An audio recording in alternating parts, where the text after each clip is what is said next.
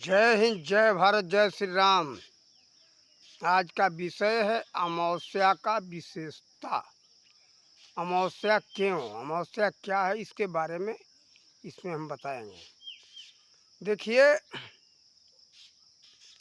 वास्तव में अमावस्या तो अपने जगह पर प्राकृतिक नियम से सही है, परमात्मा के द्वारा जो बनाया गया है, और उसका वास्तविक अर्थ आज के समय में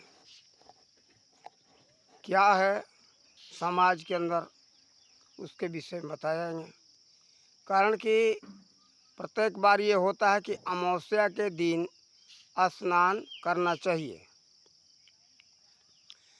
तो इसमें हम ये बताएंगे अमावस्या के दिन स्नान, और दिन को नहीं। अमावस्या तिथि आई, भाई कल अमावस्या है, स्नान करने जाना है,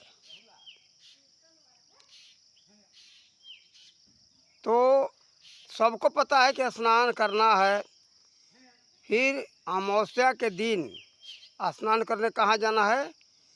तीर्थराज प्रयाग यानी संगम जहाँ है, जिसको त्रिवेणी कहते हैं, वहाँ स्नान करने जाना है। वहाँ स्नान करने से जीव को मुक्ति मिलेगी, ऐसा लोग कहते हैं। लेकिन इसका मतलब लोग समझ लिए हैं क्या कि ये जो धारा धाम पर जो गंगा बह रही है, इस धारा धाम के लिए कहा गया है, और जो प्राकृतिक नियम से जो अमावस्या बना है उसको कहा गया है। लेकिन वास्तव में ये बात सत्य नहीं है। अमावस्या के स्नान के विषय में, अमावस्या के स्नान का मतलब ये है, देखो सबको पता है कि अमावस्या के तिथि को पूरी रात अंधकार होता है, तो ये लिया गया है संत समाज में कि ये जीवन में जब अंधकार हो तो स्नान करो। कहाँ स्नान करो? सत्संग करो। बिना सत्संग का ज्ञान नहीं होगा। यानी संत समाज के जो गंगा है उसमें स्नान करो, उस सुरसरी में, उस गंगा में स्नान करोगे तो मुक्ति मिलेगी।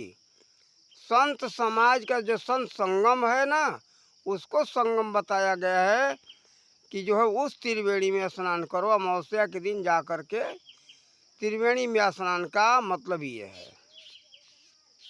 देखो, सत्संग का महत्व बहुत है, इसीलिए कहा तुलसीदास जी ने, सठ सुधरहि सत्संगत पाई, पारस प्रस कुधात सुहाई, बिनु सत्संग विवेक न होई, राम कृपा बिनु सुलभ न सोई। अब इसके बारे में और संत समाज के विषय में क्या कहते? श्री राम नाम महिमा में बाल कांड में तुलसीदास जी महाराज लिखते, कहते क्या कि मुद मंगलमय संत समाजू, जो जंगम तीर्थ राजू, राम भक्ति जहाँ सुर सरि धारा, सरसई विचार प्रचारा, विधि निमेष कलिमल हरणी, करम कथा रविनंदनी बरनी। देखो, यहाँ जो है संत समाज को सुरसरी धारा बताया गया है। जहाँ संत समाज हैं वहीं गंगा बह रही है, उस जा कर के वहाँ स्नान करो। उस स्नान के विषय में अमावस्या जहाँ आए, कोई भी तिथि आए, कहा जाए कि जाओ स्नान करो गंगा में, मुक्ति मिलेगी, तो वहाँ का समझ लेना। फिर कहते, हरिहर कथा विराजित बैनी, सूरत सुनत सकल मुद मंगल दैनी। फिर आगे क्या कहते? बट अब इसमें क्या जरूरत है? बट विश्वास चल निज धर्म, तीर्थ समाज तीर्थ राज समाज सुकर्मा, सबहि सुलभ सब दिन सब देशा, सादर समन सकल समन कल सेवत सादर समन कलेसा। फिर दोबारा बता दे रहा हूँ। सब ही सुलभ सब दिन सब देशा, सेवत सादर समन कलेसा। ये इसका जो है उस ज्ञान का जब सुमिरन करोगे सभी देशों में सभी जगह वह उपलब्ध है। वह जो भी जब ये सब ज्ञान मिल जाने के बाद वह गंगा हर जगह है, सब ही सुलभ, सबके सब ही सुलभ यानी सबको सुलभ है, सभी जगह है और सबके पास है। सब ही सुलभ सब दिन सब देशा, सेवत सादर समन कलेसा। फिर क्या कहते आगे उस त्रिवेणी के विषय में, जो त्रिवेणी वास्तविक त्रिवेणी है उस त्रिवेणी में क्या कहते हैं। वह त्रिवेणी सब जगह है और सबके पास है, सब ही सुलभ, सबके लिए सुलभ है, उपलब्ध है। सब ही सुलभ सब दिन सब देशा, सेवत सादर समन कलेसा। वह त्रिवेणी कौन है। अकथय अलौकिक, अकथय अलौकिक तीर्थ, ओहो तीर्थ राऊ, राऊ मतलब राज। अकथय अलौकिक तीर्थ राऊ, दे सद फल प्रकट प्रभाऊ। देखो वह उस त्रिवेणी में स्नान करने पर जो है तुरंत तत्काल फल मिलता है, देर नहीं लगता। और अकथ अलौकिक, अकथनीय है, अलौकिक है वह तीर्थराज। अकथ है, अलौकिक है वह तीर्थ। ये लौकिक बात नहीं है, ये लोक से अलग है और उसका कथनी जिह्वा से नहीं किया जा सकता, जिह्वा से वर्णन नहीं किया जा सकता, वह वाणी का विषय नहीं है। तो देखो वह तीर्थ कहाँ है, सबके पास है, सबके लिए सुलभ है, सबके पास और सबके लिए सुलभ। उपलब्ध का मतलब देखो। लेकिन देखो एक बात ये भी मुझे याद आई, उस पर विश्वास का जरूरत है। विश्वास करो, साधना करो और सबके पास है। कहाँ है ये तीर्थ का, वो त्रिवेणी कहा गया है। इंगला पिंगला सुषुम्ना, ये तीन नाड़ी है। और दूसरे शब्दों में जमुना और गंगा। देखो जमुना कहा गया है ये ईश्वर को, और ईश्वर को कहा गया है गंगा। जमुना और गंगा ये दो हो गए, और दोनों बराबर जब चलने लगते उसको कहते सुषुम्ना। नहीं, जमुना गंगा सरस्वती, जमुना गंगा और दोनों जब बराबर श्वास चलने लगे उसका नाम है सरस्वती। और वह यहाँ जो है ना ये जगह है त्रिवेणी, इसका नाम है त्रिवेणी। इसको त्रिकुटी भी कहते, भृकुटी भी कहते संत समाज में। तो देखो इसी संगम में ये जब दोनों धाराएं चलते हैं, यहाँ जाकर के ये त्रिवेणी है, इसमें स्नान करोगे तब जाकर के मुक्ति मिलेगी। यहाँ जो जीव तत्व एक बार भी पहुँच गया, एक बार भी स्नान कर लिया तो मुक्ति मिल जाती है, इसमें कोई संशय नहीं है। देर नहीं, अभी इसका वास्तविक प्रकट करता हूँ बात। देखो स्नान का मतलब है ध्यान, ध्यान करोगे उसमें, जहाँ वहाँ पहुँचोगे ध्यान रूपी स्नान। स्नान करोगे तो वहीं जीव को अपने वास्तविक रूप का ज्ञान होता है। और जब ज्ञान हो जाता है तो उसको पता हो जाता है कि मैं तो अजर अमर अविनाशी हूँ, मैं मरने वाला नहीं हूँ, मेरा कभी नाश होने वाला नहीं है। तो इसीलिए जो समझ लेता उसी के विषय में कहा तुलसीदास जी ने, ईश्वर अंश जीव अविनाशी, चेतन अमल सह सुखराती, उत्तरकांड में है ये बात। काकभूषुंड जी ने कहा है गरुड़देव जी से, और इसके लिखा है तुलसीदास जी ने।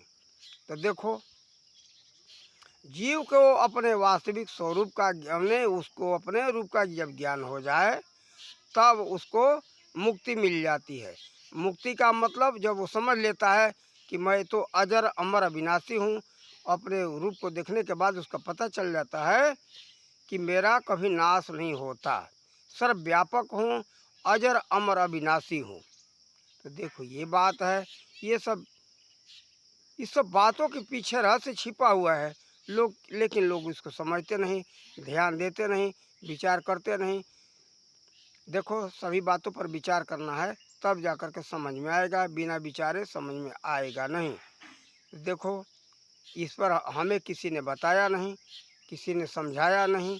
यहाँ तक कि इस विषय में गुरु महाराज जी भी पूरा नहीं समझाए, कुछ बातें समझाए थे, लेकिन वास्तव में ये अमावस्या का वास्तविक अर्थ हमको किसी ने बताया नहीं।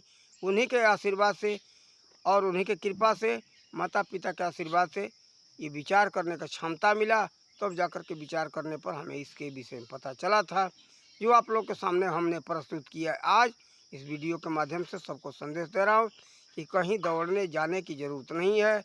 और इसी तरह से जनेऊ का विषय समझाएंगे, तिलक का विषय समझाएंगे, और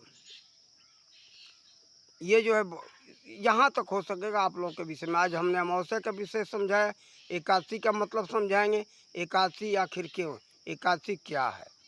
तो देखो इस वीडियो में नहीं, अलग अलग उसका वीडियो होगा, छोटे छोटे बनाएंगे, ताकि हम देखते समाज में कि लोग समय लंबा वीडियो हो जाता है, उसको सुनने का किसी के पास समय नहीं। भले ताश खेल करके, गपशप मार करके, फालतू घूम करके, बकवास करके व्यर्थ समय बर्बाद कर देंगे। लेकिन यहाँ ज्ञान की बात आए, रे भाई बहुत लंबा, इसको कौन किसके पास समय है, व्यर्थ में समय बर्बाद करते। लेकिन जहाँ ज्ञान की बात है, उनकी कल्याण की बात है, उसको सुनना नहीं पसंद करते।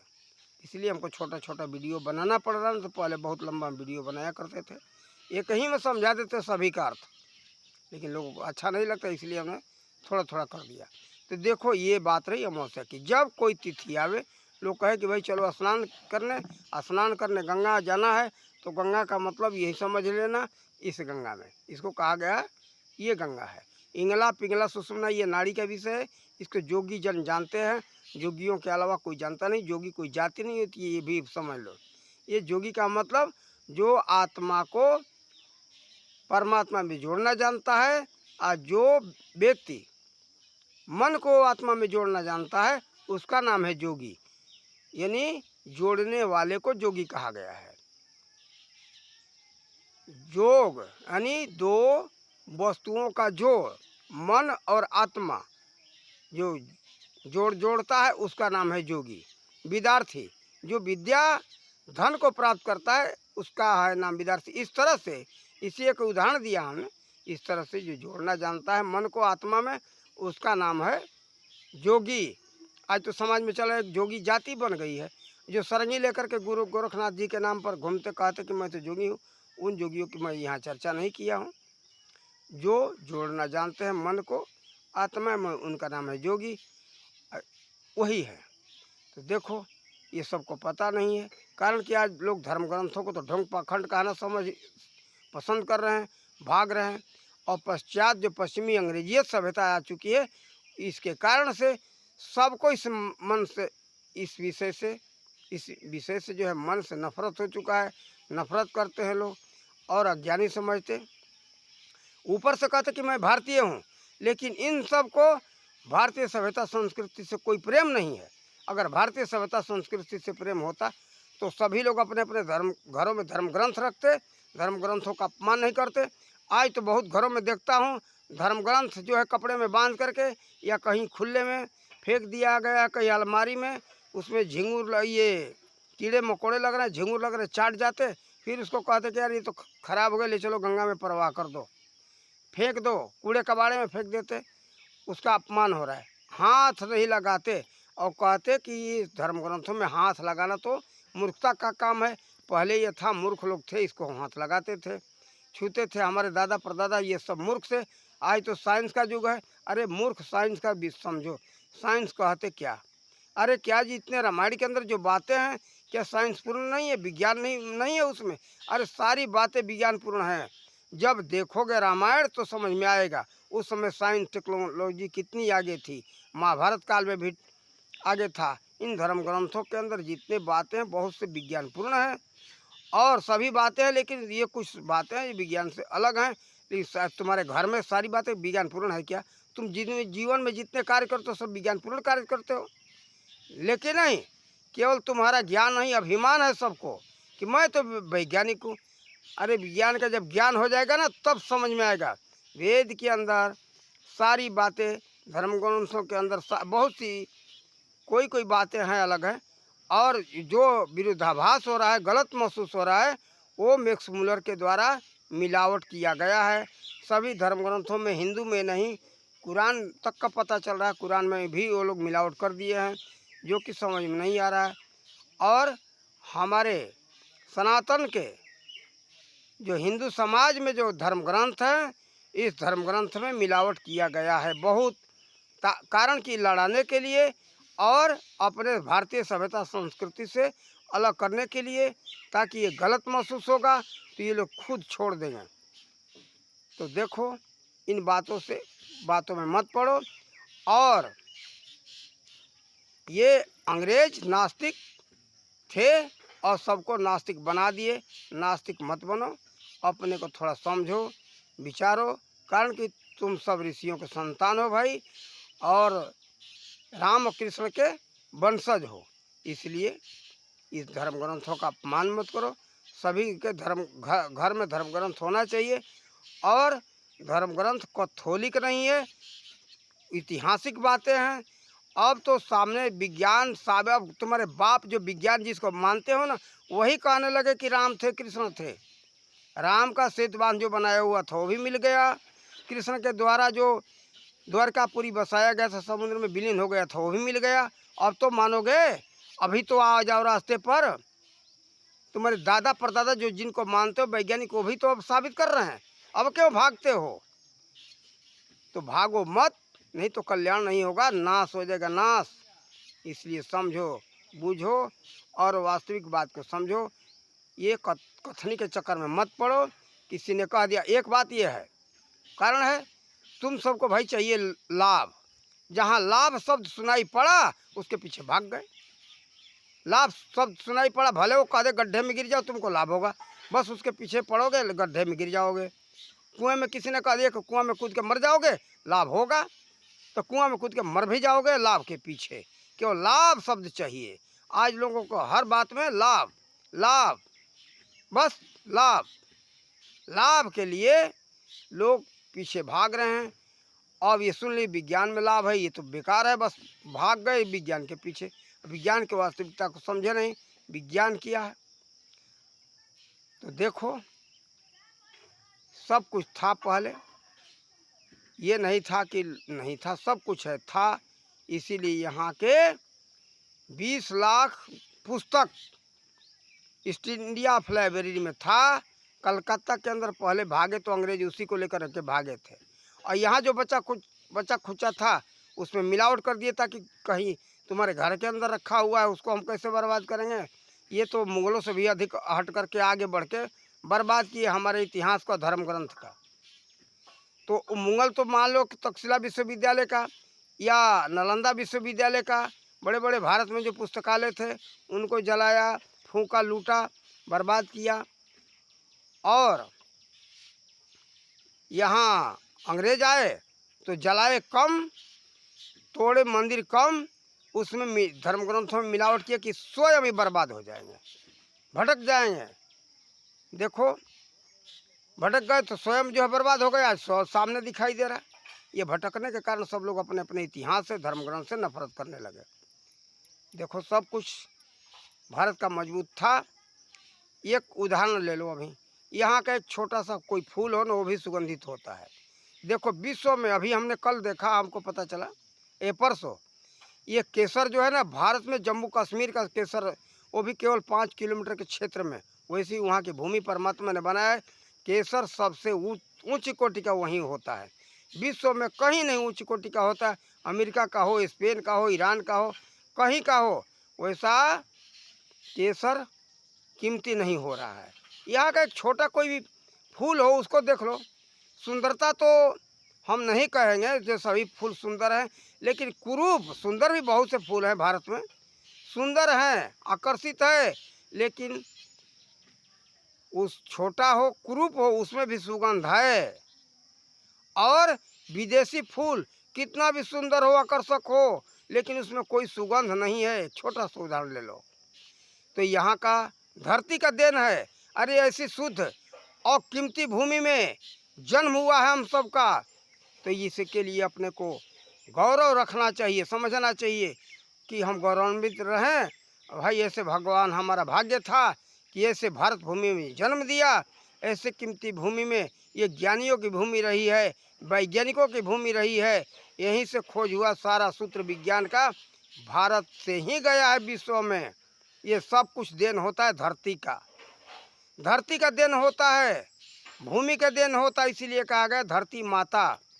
तो भारत भूमि अति कीमती है, यहाँ सब कुछ कीमती होता है और यहीं से पूरे विश्व में सब कुछ गया है। और उसी आधार पर खोज करके आज कहते हैं कि हमने तुमको दिया। उनके पास कुछ नहीं है, अज्ञानी है, मूर्ख है, भ्रष्ट है। यही होता तो अरस्तु प्लेटो कितने ज्ञानी हुए होते, लेकिन उनका धर्म ग्रंथ इतिहास उठा करके देखो पुस्तक में क्या लिखते हैं। तो देखो हम इतना समझाए, आप लोग इस बात को समझो, जानो, अपना कल्याण करो। और इन्हीं शब्दों के साथ हमने वाणी का विराम देते। जय हिंद, जय भारत, जय श्री राम।